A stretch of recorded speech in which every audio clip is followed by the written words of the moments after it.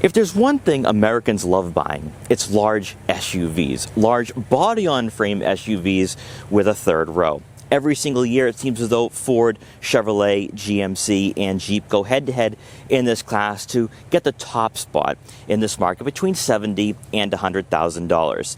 Well, for 2025, Ford has a new generation with the Expedition, and as you've experienced 2 times this year, it's become more premium, more rugged, more capable, and also, I think, far more appealing in this class now more than ever. And because of that, the 2025 Ford Expedition is on my list of considerations for Car of the Year. In today's video, we're going to go over the pros that makes up this SUV, also talk about the cons that could hurt this vehicle in our Car of the Year category and also in this class, but more specifically, go over why the Ford Expedition is one of the better SUVs in this market for this year. Now, before I dive into this video, I want to give a huge shout and thank you to Acton Ford in Acton, Massachusetts for letting come down here to check out this Ford Expedition. Their link will be in the description below, so you can check out their extensive Ford inventory. So starting off with the pros here for the 2025 Ford Expedition is going to be the exterior appearance for this SUV. Now, as we concluded earlier on in this year, they're going for more of a boxier and rugged aesthetic that's far more pronounced on the Tremor, and I have to say the Tremor is my favorite trim for this model year. However, today we're taking a look at the Platinum. This is the first time I've ever seen a Platinum in person, and it has the $6,200 Stealth Performance Package, giving you 22-inch alloy wheels and red brake calipers. Now, since this is not going to be a full review, we're not going to dive into everything this package offers. But for a Platinum, you are going to have color contrasting accents for the front and rear fascias, also along the side profile, making it look like a Lincoln Navigator. But through this package, it looks lower profile, it looks sinister, it looks very, very aggressive. And I have to say, I want to review this in 2026. Now, as you can tell, Ford got rid of the rounder front fascia, so they've gone for more of a look similar to the Chevrolet Tahoe and GMC Yukon. But they've also given you more of an F-150 aesthetic, which is actually going to be very important because with the Expedition, it is very truck-like. We'll talk about that in a minute. Now, starting off with the front fascia, you are going to have LED daytime running lights and LED headlights.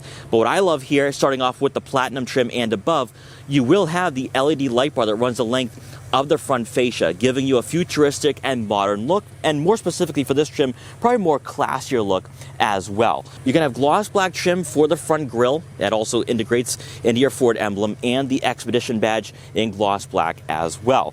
The only thing though here with the Platinum, you don't get fog lights. That is available on the Tremor, giving you better visibility at night or in adverse weather conditions. But also one thing too is that there's not a lot of cladding either. So this is going to be a vehicle solely for the on-road driving experience. Now, making our way over to the side profile, here we have those 22-inch alloy wheels. This is not standard, like I said before, but goes very well with this model, and those red brake calipers are really, really standing out. You're going to have power folding side mirror caps with turn signal indicators to go along with blind spot detection for added safety, also roof rails, and then when you open up the door, the side rail extends, so you have easy access into the cab of the Expedition. Then as you make your way around to the back here, obviously you're going to receive LED taillights. It would not go over well if Ford didn't offer that here for this generation, especially at this price point. You have the higher roofline, the boxier look, typical for an SUV in this class. A lot of buyers are looking for this, and that will help out with the second and third row seating capacity. Now, for the Expedition, it's going to be the smaller details that really set the tone for this vehicle. So you are going to have your exhaust outlet here, tucked beneath the bumper for that cleaner appearance. You also have that spare tire, so if you encounter a flat on those road trips or travels, you can fix that and be back on the road. For me though, it's a dual action tailgate that I absolutely love. This is not very common in this market or really any class in the crossover segments or SUV segments, but this gives you a lot of utility and versatility. So for myself, I'm a cameraman, so I can have my camera gear right here, I can set it up and then be on my way. So if you're going skiing and snowboarding, you can do the same as well. I really like that here out of this SUV, out of this model, because Ford is thinking about the customer, and that's one thing I really do like.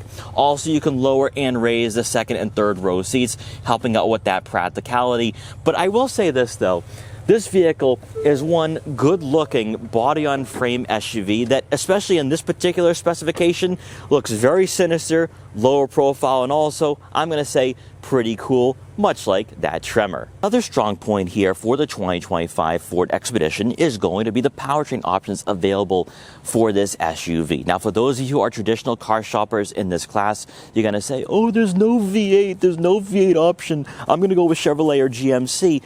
Well, pump the brakes on that, because with the Expedition, you are going to receive a 3.5-liter twin-turbocharged V6 engine, producing 400 horsepower and 480 pound-feet of torque. It is going to be paired with a 10-speed automatic transmission, and the transmission does shift pretty smoothly here, even though I'm not a huge fan of having 10 gears, but that's just me.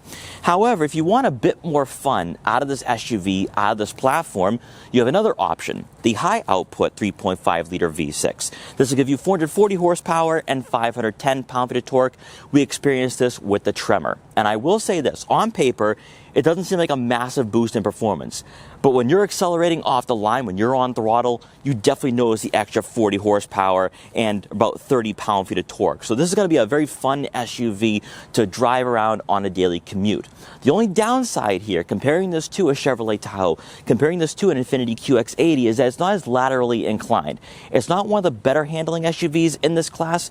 It's very body-on-frame and truck-like, whereas some of the competitors are starting to blur the lines here a bit, being a bit more athletic and agile. The Expedition isn't going to be that. However, if you're looking for a capable SUV, you have that here thanks to this powertrain, because standard is going to be 7,000 pounds of towing capacity, but max towing capacity comes in at 9,600. So if you're towing a small boat, an RV, you're going on those longer road trips, the cross-country road trips, you can do that here with the Expedition. And on top of all of this, you can have a very comfortable cab inside to make the driving experience very, very enjoyable. Then hopping inside the 2025 Ford Expedition, it's going to be the interior quality and the fit and finish that helped elevate this SUV even further in the conversation for Car of the Year. And more specifically, for our model being a Platinum, it doubles down all the strong points here for the Expedition. We have soft materials on the dashboard and the door panels. This really stands out to me, especially in this class, because sometimes out of mainstream rivals and mainstream competitors, they're going to cut corners. And at least initially here with the Expedition, they didn't do that. So I really like that. It gives you more of a navigator-like driving experience, or ownership experience, I should say, with this vehicle. Now, some of you are going to say, but Mike, what about the technology? That has to be a drawback, and it is. We'll talk about that in a minute. That goes along with the lack of a V8 and the fact that this isn't going to be a sporty SUV compared to some rivals in this market. But I will say, though, that the interior does make up for a lot of the weak points, though, especially when it comes to the interior space for the second and third rows. You can have average size adults sit in the third row, and also it's going to be very comfortable with the captain chairs if you decide to opt for those with the active and above. So there's a lot to work with here with this SUV. Returning to the front seating area with these seats, they're plush, they're comfortable, they're supportive, they're power adjustable, obviously, with this vehicle coming in at $80,000, and they're heated. We also have a heated steering wheel too.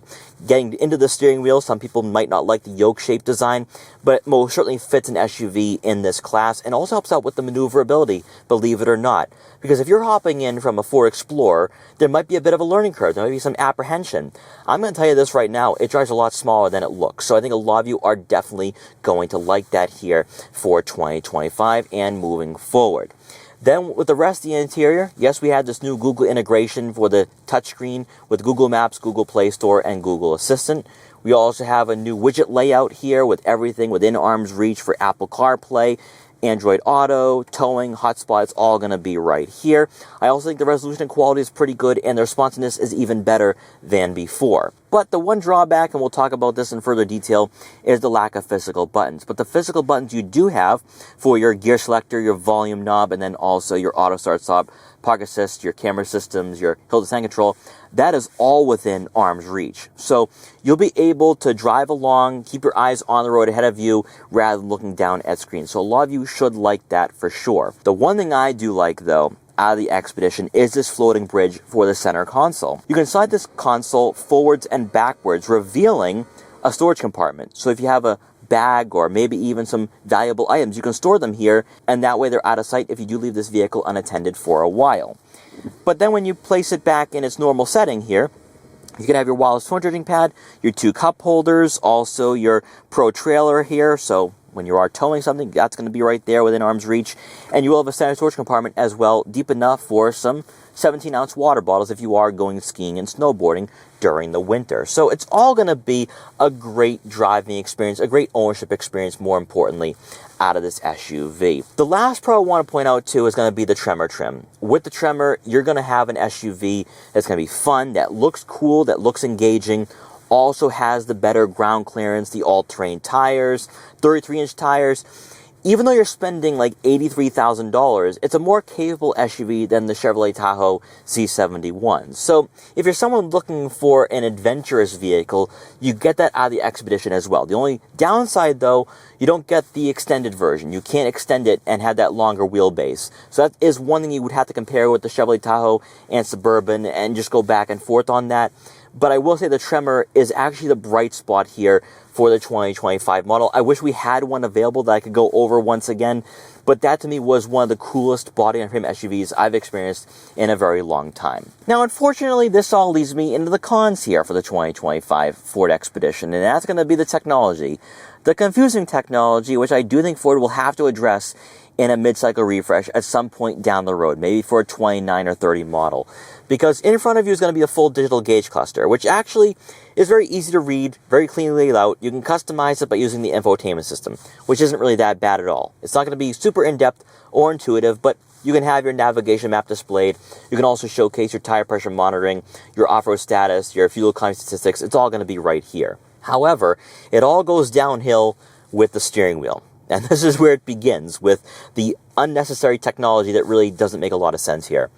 So I like the yoke-shaped steering wheel, but I don't like the haptic feedback buttons or touch-sensitive icons on the steering wheel for your adaptive cruise control settings. But probably more importantly is the right side of the steering wheel for your volume and tuning, and then also your adjustments for your steering wheel and your pedals. So the pedals are power adjustable along with the steering column.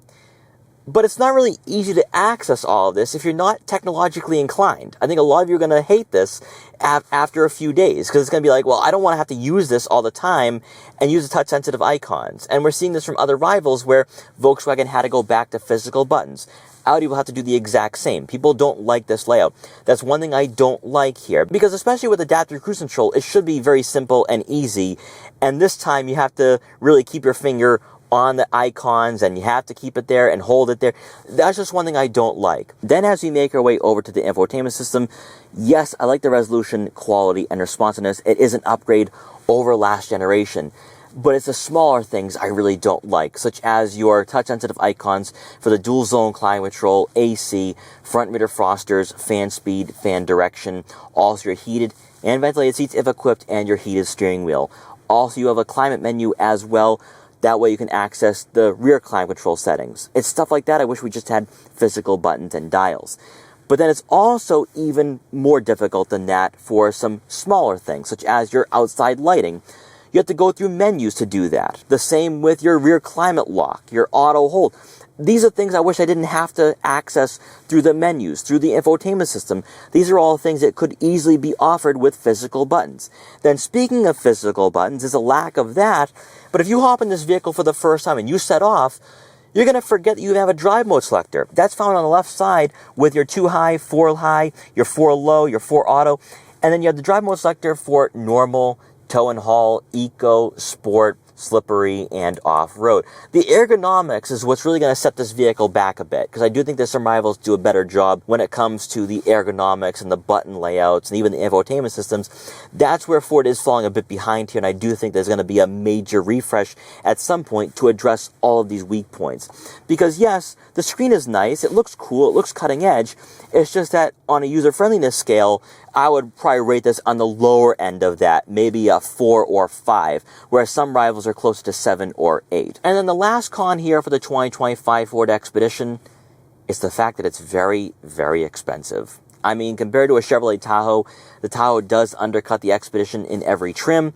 It's just that with the Expedition, it might be a bit more capable. It might be a bit more well-equipped. The creature comforts and amenities and fit and finish then kind of offset the price tag. But with the Active that we had reviewed earlier in the year, that came in close to $70,000 with 4x4, And then the 202A package, which gives you a lot of creature comforts and amenities, comes in close to $75,000. In my opinion, with the Active and that package, that's all you need out of this SUV. That's all you need out of this generation. But with the Platinum, then you have a vehicle that is cool, that's sleek, that's low profile, that actually gives you a vehicle that, kind of fits the price tag, even with the optional packages, which when you throw everything into the mix, you could be spending an extra $10,000. Now, again, at $80,000, at $85,000, is it worth it? I really don't know. I mean, I would probably steer towards a Chevrolet Tahoe because of the V8, but this all comes down to what you're looking for and the capabilities and the versatility, because you can go with the Tremor at $83,000 and you get the 33-inch all-terrain tires. You get better ground clearance. You get a vehicle that is going to give you the fun factor that a lot of manufacturers in this class are not going to provide. So it's a give and take there. But I think the pricing is what's going to hurt this vehicle in the long run. This is the one thing that's going to create a lot of pause for a lot of you thinking, wait a minute, is this going to be a great choice for me? And in some ways, I don't think it is. But then when I look at what it's offering, when I take a look at the features and the list of packages, that's where I look at the Expedition as being more of a premium SUV in this market that really could go head-to-head with an Infiniti QX80, that could go head-to-head with a Lincoln Navigator. It would be a better value than a Lincoln Navigator. So really, it's going to be one of those things you'll be going back and forth on. You might be saying, well, I'd rather go with the V8, and there's options out there with the V8. But when you take a look at what this vehicle is providing here when it comes to the practicality, when it comes to the versatility, even this twin-turbo V6, there's so many selling points that, in my opinion, makes this a great choice, even though it will be a bit more expensive than its rivals. So guys, I hope you enjoyed this video. Let me know what you think about the Expedition. Is it worthy to be in this conversation for Car of the Year? Let me know in the comment section below. Also, more nominees will be named in the upcoming days. But guys, once again, thanks so much for watching. Take care, and I will see you guys next time.